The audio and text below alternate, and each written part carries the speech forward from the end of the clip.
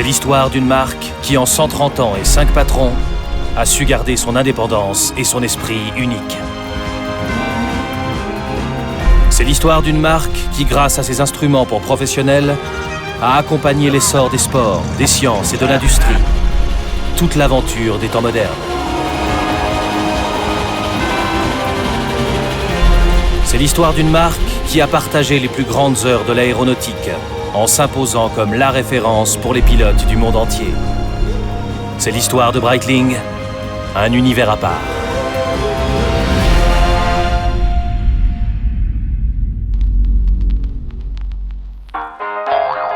Tout commence en 1884.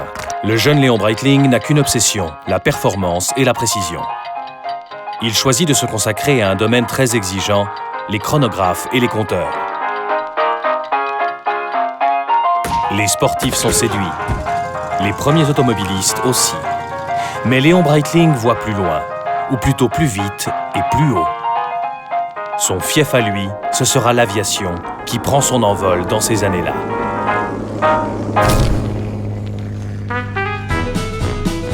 Quand naît la montre bracelet, Breitling est parmi les pionnières. Pour en améliorer les performances, la marque innove en séparant les commandes du chronographe de celles de la montre. C'est la naissance du premier poussoir indépendant, puis du second poussoir. Il est enfin possible d'additionner plusieurs temps successifs.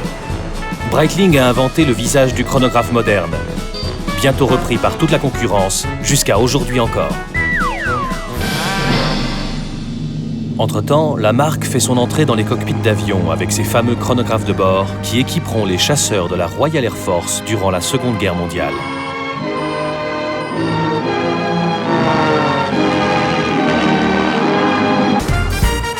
Dans les années 50, les cockpits ne ressemblent pas à ça, mais à ça. Pas d'électronique. Tout doit être fait à la main, à l'aide de papier et de règles à calcul. Encombrant et pas très pratique. Breitling a une idée ingénieuse. Créer un chronographe avec règles à calcul intégrées permettant toutes les opérations liées à la navigation aérienne. Un vrai tableau de bord au poignet. Ce sera la fameuse Navitimer qui sera portée par tous les pilotes. Ce modèle sera le premier chronographe bracelet à voyager dans l'espace, au poignet de Scott Carpenter. Grâce à ses chronographes de bord, Breitling équipe alors les principales compagnies aériennes. La marque est devenue le fournisseur attitré de l'aviation mondiale.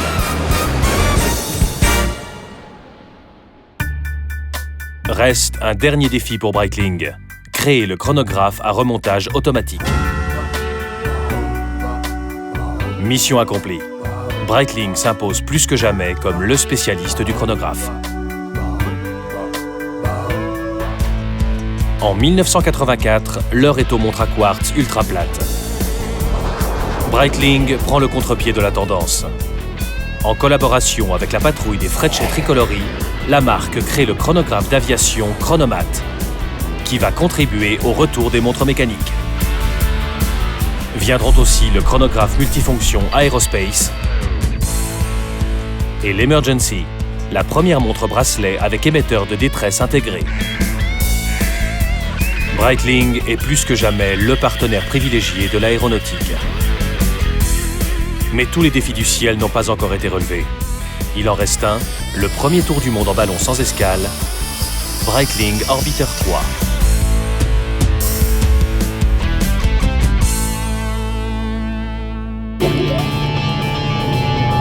En abordant le 3e millénaire, Breitling poursuit sa quête de performance et d'indépendance.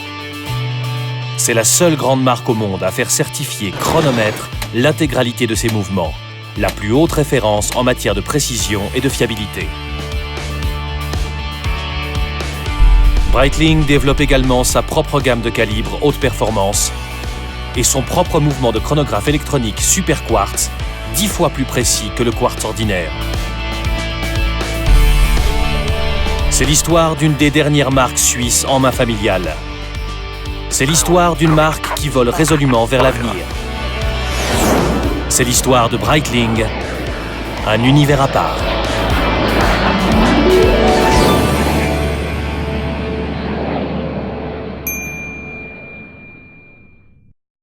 Breitling, instruments for professionals.